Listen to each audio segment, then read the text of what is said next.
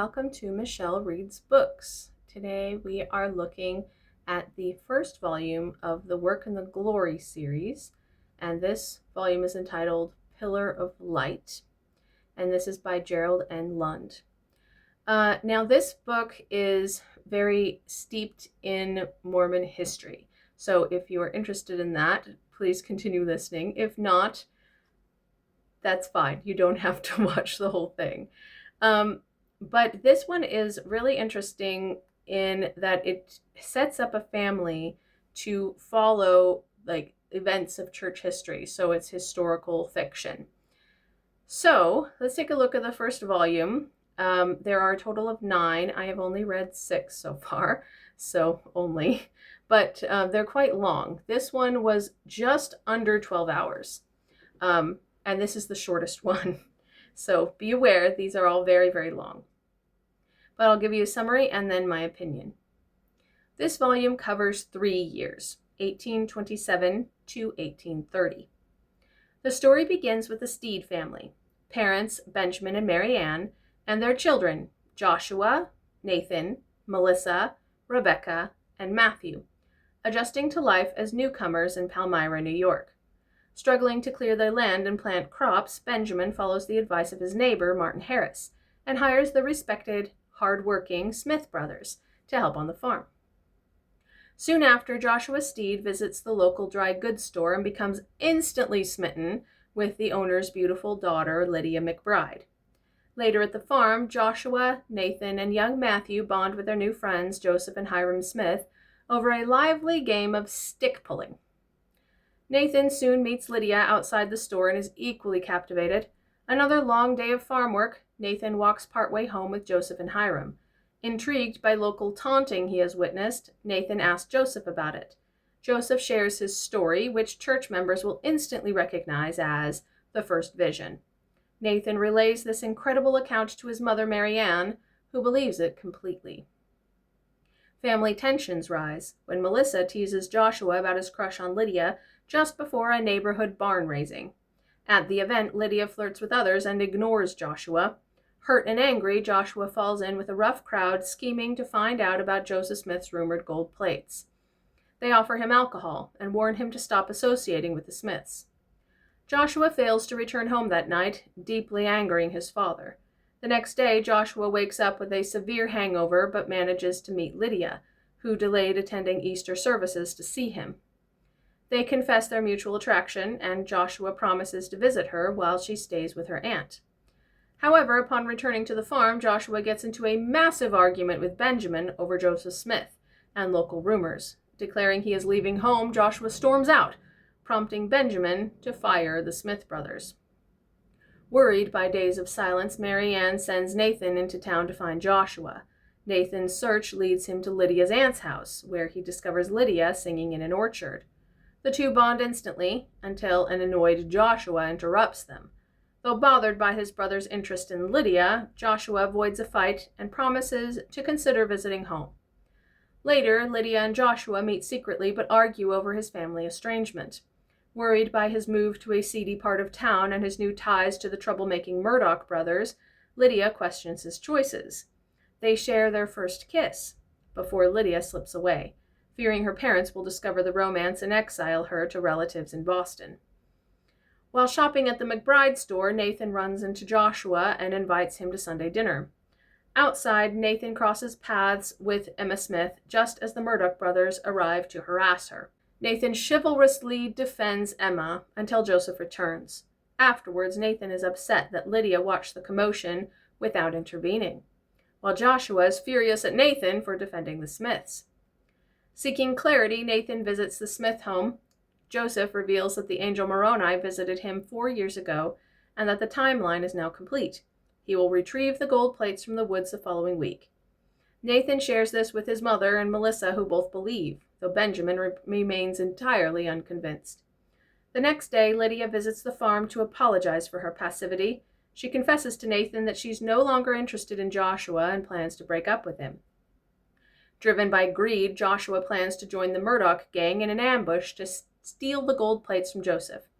Horrified by the plot, Lydia runs to warn the Steeds. Ultimately, the mob's ambush fails. Joseph successfully fights off his attackers and escapes with a heavy bag of plates, leaving the group empty-handed. Nathan, Benjamin, and Lydia arrive at the Smith home in the pouring rain just as Joseph enters to report the attack. While the Smiths tend to Joseph's minor injuries, the men leave to hunt for the mob. Lydia stays behind, and listening to the family translating the record, she realizes that the rumors are false. Later, Benjamin and Nathan track a wounded Joshua to a tavern. A massive confrontation erupts, ending with Benjamin punching Joshua. Joshua draws a pistol on his father, but loses his nerve and flees. Joshua flees to Missouri to seek his fortune, settling in Independence, a town on the border of the Wild West. He builds a successful freight shipping business and uses a talent for poker to fund his expansion. Meanwhile, in New York, the Steeds discuss Joseph Smith's recent setbacks regarding a lost manuscript. Nearby, Nathan plans to court Lydia and buy land for a home. He visits Joseph to hear the full story of the lost 116 pages. To finance his wedding, Nathan takes a job with the Knight family, where Joseph is also staying to translate. Before leaving, Nathan meets with Lydia. She's glad he will be away for a season, as her parents are forcing her to attend a Boston finishing school due to their disapproval of her marriage prospects. While working, Nathan and Joseph discuss the progress of the translation, and Nathan meets Oliver Cowdery. Oliver shares the miraculous account of John the Baptist restoring the Aaronic priesthood and their subsequent baptisms. Inspired, Nathan asks to be baptized immediately. In Boston, Lydia is deeply troubled to learn of Nathan's baptism through a letter, prompting her to pack her bags for Palmyra. Meanwhile, in Missouri, Joshua draws the affection of Jessica Roundy, an introverted, illiterate barmaid. Encouraged by Joshua to improve herself, Jessica secretly teaches herself to read and write at night. When Joshua learns of Nathan's engagement to Lydia, he gets heavily drunk and rushes to propose to Jessica, who happily accepts. 8 months pass. Though his engagement to Lydia has temporarily stalled, Nathan continues building a small cabin on his land. In Missouri, Jessica is content and expecting her first child. Joshua is kind to her, though Jessica secretly worries because she hasn't felt the baby move in weeks. Back at Palmyra, Nathan purchases 3 copies of the newly published Book of Mormon. He plans to leave one for Lydia before traveling with Mary Ann to Fayette, New York, to attend the official organization of the church on April 6, 1830. Benjamin grudgingly allows his family to keep the books and attend. On the drive to Fayette, Melissa delivers the book to Lydia with a letter from Nathan sharing his testimony. Lydia is furious to find her father has thrown the book away, but she retrieves it. Touched by Nathan's sincerity, she begins reading. In Missouri, tragedy strikes as Jessica miscarries. Devastated, Joshua drowns his sorrows in alcohol while longing for Lydia. In Fayette, 50 to 60 people crowd into the Peter Whitmer cabin for the church's historic organization. The Spirit is powerful during the sacrament and the reading of inspired prayers. After receiving the gift of the Holy Ghost, Nathan prophesies to his mother and proceeds to baptize Mary Ann, Melissa, and Rebecca. Back in Palmyra, Lydia experiences a miraculous change of heart while reading the book. She eagerly awaits Nathan's return, where they happily reunite and plan their wedding.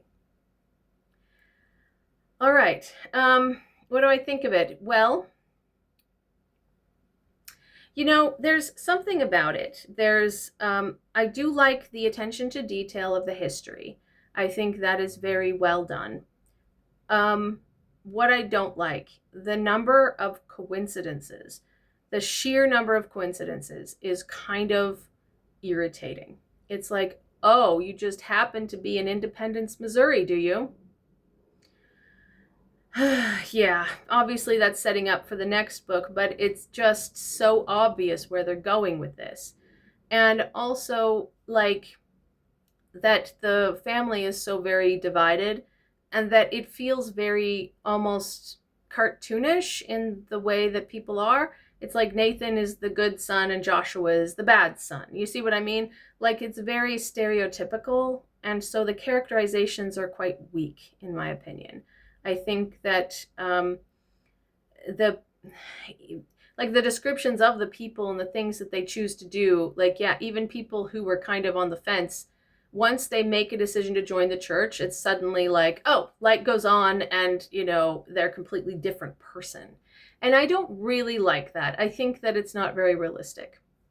Anyway, as far as like well written goes, I would say, I'll give it a C. But as far as like historical accuracy, A plus. Yeah. At least this one is. There are a couple subsequent books that are kind of could have been better. You missed some major issues. But this one was pretty good, and I do enjoy watching like a family follow that along. But to be honest, I feel like that some of the plot points of the family that weren't really historically accurate were almost taking over the book. And I feel like that's true of the entire series. And it's a little bit frustrating. And while I do get where that comes from, I don't really think that that's the best way to go about it. That's just my opinion. It doesn't really matter, but I'm just, you know, I'm here to talk about how I feel about the book. So, yeah, um, it's okay. And if you really, really love church history, you might actually absolutely love it. But if you're not that into it, you're probably gonna hate it. So, as far as well written goes, it's not that well written. As far as historical accuracy goes, it's wonderful. So, yeah, whatever it is that you think is the most important to you, that's probably what you will get from it. But if you are really interested in church history and want to have it feel more real and see the timeline a little more clearly, then it's good for that. So I'll give you that. Anyways, that's just my opinion. So leave your opinions in the comments below, and happy reading.